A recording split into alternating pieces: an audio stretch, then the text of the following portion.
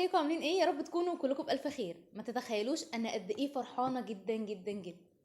الفيديو اللي انا كنت عملته قبل كده او الفيديوهين اللي اتكلمت فيهم عن عقاب المدرس او المعلم جوه الفصل، طبعا الحمد لله الحمد لله فضل ربنا كتير جدا كلموني وبعتولي، وفي ناس عملوا لي كومنتات حلوة جدا وكانوا مبسوطين بالفيديوهات دي وطلبوا مني ان انا اتكلم تاني او اكتر في موضوع العقاب جوه الفصل. في ناس قالت لي انا عايزين تتكلمي عن مرحلة اعدادي بس، وفي ناس قالت لي طرق عقاب، وللاسف يؤسفني ان انا اسميها عقاب، هي شبيهة بطرق التعذيب يعني بمعنى اصح. فاتصدمت جدا منها وقررت اعمل الفيديو ده مش طالع اتكلم على اللي قالوا لي اتكلم عليه، ولكن ان انا وانا بقرا الكومنتات بتاعتكم كده افتكرت حاجه دايما فاكراها ودايما في بالي. انا خلصت مدرسه وخلصت الجامعه يعني وبشتغل وعندي اولاد وحياه كتير، رغم كده ان انا فاكره المواقف دي اكنها كانت امبارح. عارفين ليه؟ لانها اثرت معايا جدا. المواقف دي انا كنت طالبه فيها، اتعاملت مع مدرسين فيها، في مدرسين هنا في الذاكرة بطريقة سواء حلوين او وحشين، هم هنا كل واحد اثر بتأثيره معايا، انا بتكلم كأنا. وفي مدرسين تانية بجد انا مش فاكرة حتى اسمهم ايه، يعني رغم ان هم ممكن يعني والله العظيم اكتر مدرسين انا فاكراهم بتوع ابتدائي واعدادي، رغم ان ثانوي هي اقرب فترة ليا دلوقتي. مش فاكرة حد، مش فاكرة يعني غير مستر 2 3 بس. الباقي فين او كان اسمهم ايه حتى والله مش فاكرة خالص، مهما تفكروني في صحابي لما قابلهم يا بنتي المستر الفلاني مش فاكرة الميس الفلانية مش عارفاها. ليه؟ ما اثرتش معايا في حاجة. طب المدرسين اللي بقول لكم عليهم انا فاكراهم قوي دولت اثروا معايا بايه؟ اللي انا فاكراهم في ثانوي اثروا معايا، في منهم اللي اثر كويس وفي منهم اللي انا فاكراه بحاجه مش حلوه برضو، لكن اللي انا فاكراهم كويس قوي الاستاف كله بتاع المدرسين بتوعي كان ابتدائي واعدادي. ومش انا بس، اي حد يسال نفسه كده او يحاول يفتكر مدرسينه هيفتكر المرحلتين دول. اكتر مدرسين والله العظيم فاكره الميس بتاعتي وانا في كيجي، فاكراها،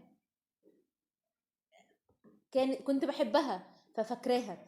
طيب بعيدا بقى عن كل ده، الموقف اللي انا عمري ما نسيته او مش عارفه يتصنف موقف او كذا موقف، هو عمل لي حاجه كده فاكراها دايما. عندي مدرسين درسوني في اعدادي. اول مدرس كل ما بفتكره بتحاسبن عليه لحد دلوقتي كل ما افتكره حرفيا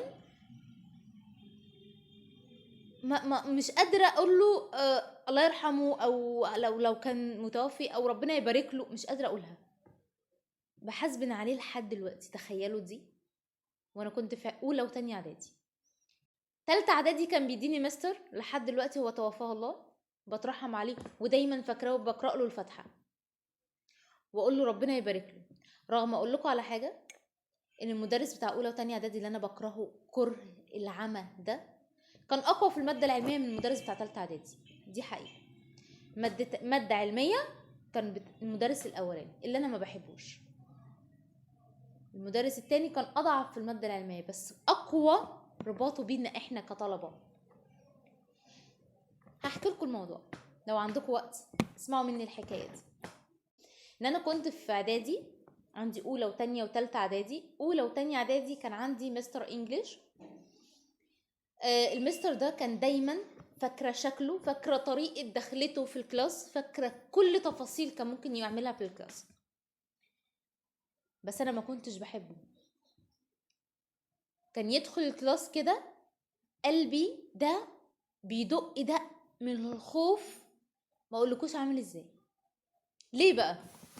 انا الحمد لله كنت شاطره جدا في المدرسه، مش من الطلبه يعني الخايبين ولا اللي مش بيذاكروا ولا المهملين ابدا. فكان مستر الانجليش ده دايما يدينا كلمات انجليش نحفظها، تاني يوم بنروح نسمعها، كنت بس بحفظها كويس قوي. بس يجي يديني، هو بعيدا ان هو كان مستقصدني لسبب ما، فكنت يجي يسمع كلمات الانجليش،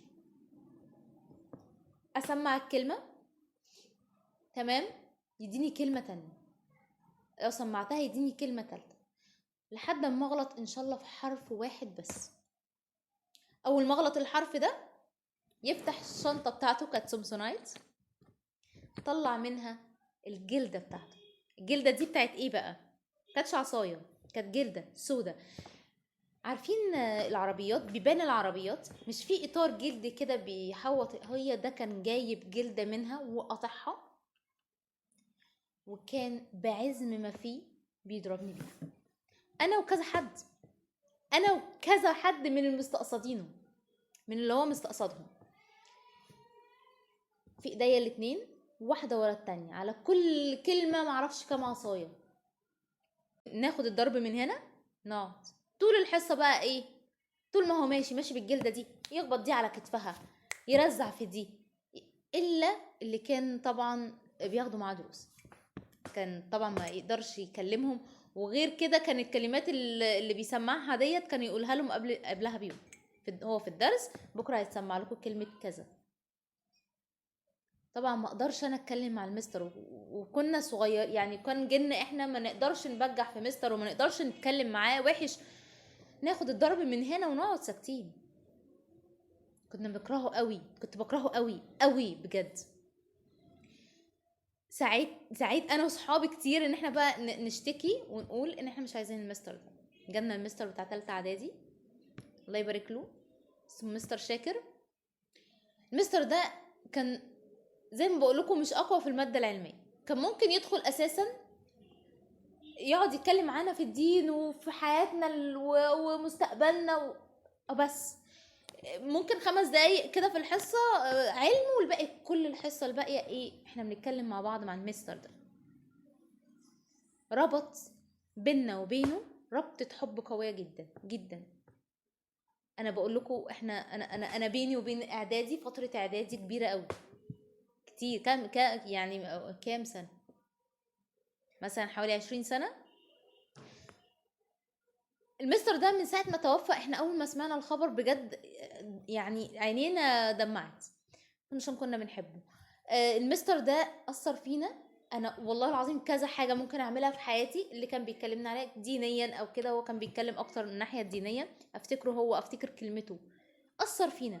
فالمعلم مش بس بيعاقب، ومش بس ان هو بيدي ماده علميه ويمشي، زي ما قلت لكم في رابطه تانية قويه جدا.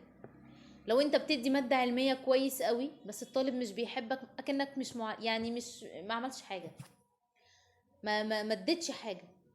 لكن اربط الطالب بيك نفسيا، هيستقبل منك اي حاجه.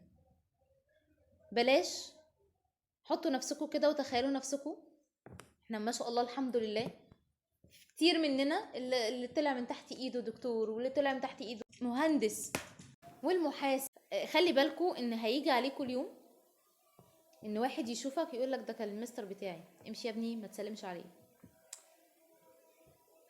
خليك فاكر، خليكي فاكره ان الطالب اللي انت ضايقتيه او تعاملتي معاه باسلوب مش لطيف، هيجي اليوم ويفتكرك، ويفتكر قد ايه كنت كويسه جدا معاه، وبدل مامته في المدرسه ويقرا لك الفاتحه، ربنا يطول في عمرنا كلنا، او يقول ربنا يبارك لك يا ميس كذا، ربنا يبارك لك يا مستر كذا، اثرت فيا ولو بحاجه بسيطه قوي.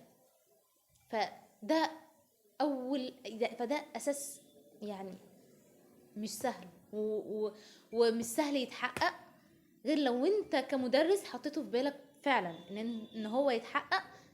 معلش صدعتكم، مش ده الموضوع اللي انتوا قلتوا لي اتكلم فيه، بس انا جه في بالي يعني ان انا اقول لكم المواقف دي، لان هي فعلا مأثره معايا قوي، وقلت يعني اقول لكم قد ايه ان الواحد بيتأثر بالمدرس مهما طال عمره، مهما مر بظروف، ومهما مر بحاجات، بيجي اليوم اللي يدعي فيه على المستر اللي قدامه ده اللي كان بيديله او يدعي له فيه.